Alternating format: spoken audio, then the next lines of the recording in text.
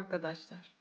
Bugün size strafordan yapabileceğiniz kolay basit bir tasarım kapı süsü göstereceğim. Şöyle basitçe çizdim korkuluğumu. Eğer çizmek istemezseniz bu tarz resimler zaten internette mevcut.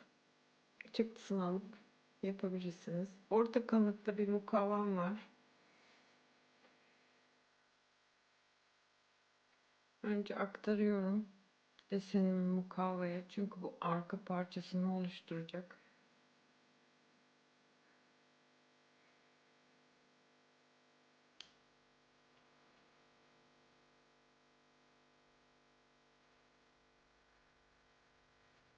Bu şekilde bir arkası için mukavva kestim. Şimdi 1 santimlik sert straforuma desenimi aktarıyorum. En arkadaki kuşlar ve en öndeki kuş hariç arkadaşlar. Onların bir arkada bir önde. Şu an orta parçayı yapıyorum. Strafor kullanırken ince straforlarda bu mavi olan çok kullanışlı arkadaşlar. Diğer straforlarla sorun yaşarsınız. Kesim yaptıktan sonra zımparayla, hafif ince zımparayla kenarlarını düzeltiyorum. Yoksa diken diken kalır arkadaşlar.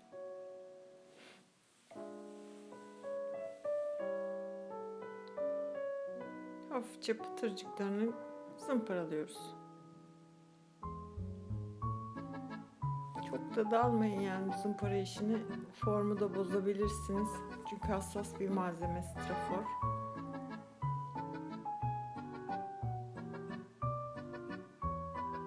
Bu şekilde ahşap görünümü vermeye çalışıyorum straforuma.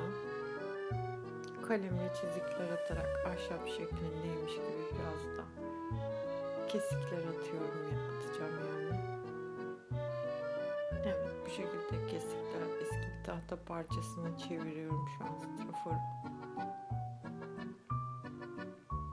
Korkulumun şapkasını duracak kuşu da strafordan yaptım. Basit, pratik oldu.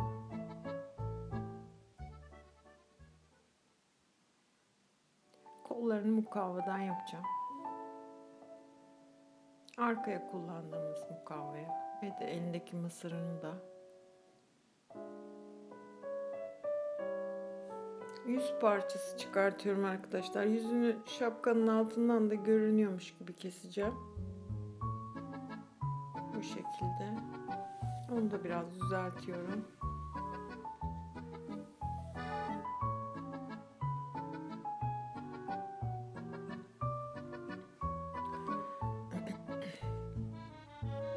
Arkadaşlar en arkadaki kuş ve mısırları hamurdan yapıyorum. Polimer tutkal hamuru. Kendim evde yaptığım hamur.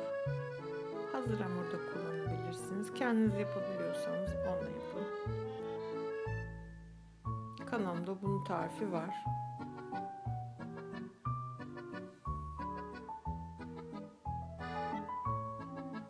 Basit şekiller arkadaşlar, gördüğünüz gibi. Kalem yardımıyla veya modelaj setiniz varsa onunla da olur. Şimdi yüzünü yapıştıracağım. Tabi bunların kuruma sürelerini bekliyorum arkadaşlar. Hemen bir 5 dakikada olmuyor bu işler.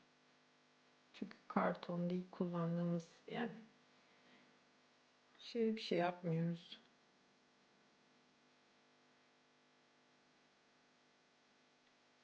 Beyaz tutkal arkadaşlar tamamının yüzeyine sürüyorum. Tabi polimer tutkalın arkadaki kurudu.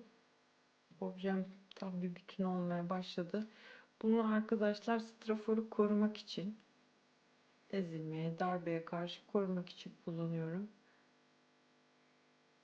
Bu kuruduktan sonra da arkadaşlar birkaç zımpara atın. Oraları hızlı geçtim. Ama kuruduk, yani birkaç saat kuruduktan sonra bir zımpara daha attım arkadaşlar. Şimdi objelerimi tek tek boyuyorum. Akrilik boyayla.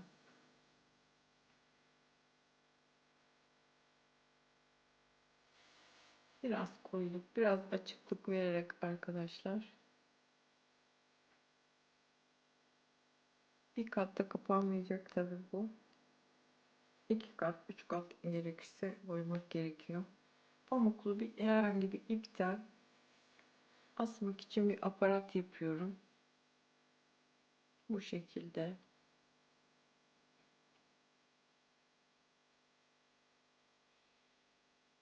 İp içeride kalacağı için sapsağlam oluyor.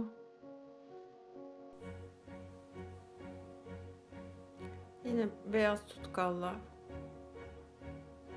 kartonumu objeye yapıştırıyorum. Burada sıcak silikon da kullanabilirsiniz ama tutkal en sağlamı.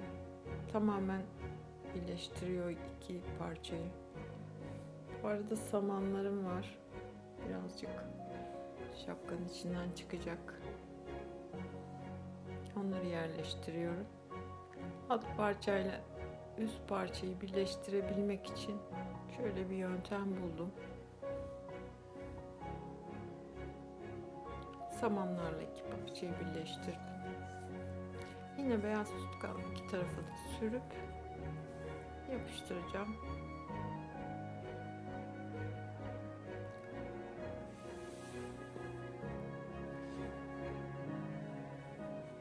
Burada bir ağırlık da koyabilirsiniz arkadaşlar üzerine. Straforu zedelemeyecek şekilde. Ağırlık koyup öyle kurutabilirsiniz. Daha da sağlam olur.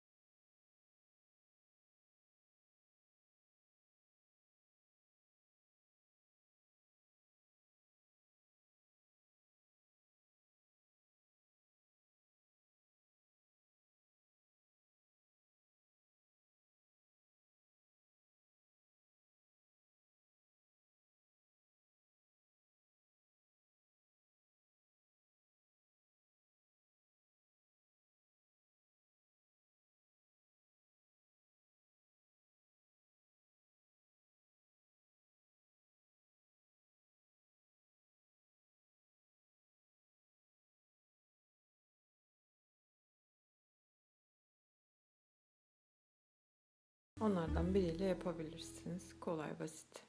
En üstüne vernik atıyoruz.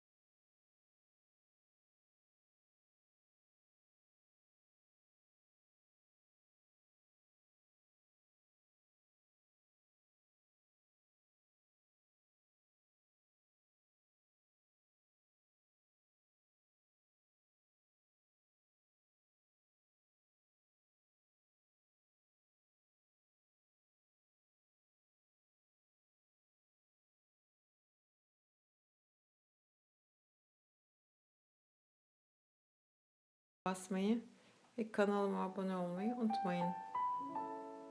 Hoşça kalın, sevgiyle kalın arkadaşlar.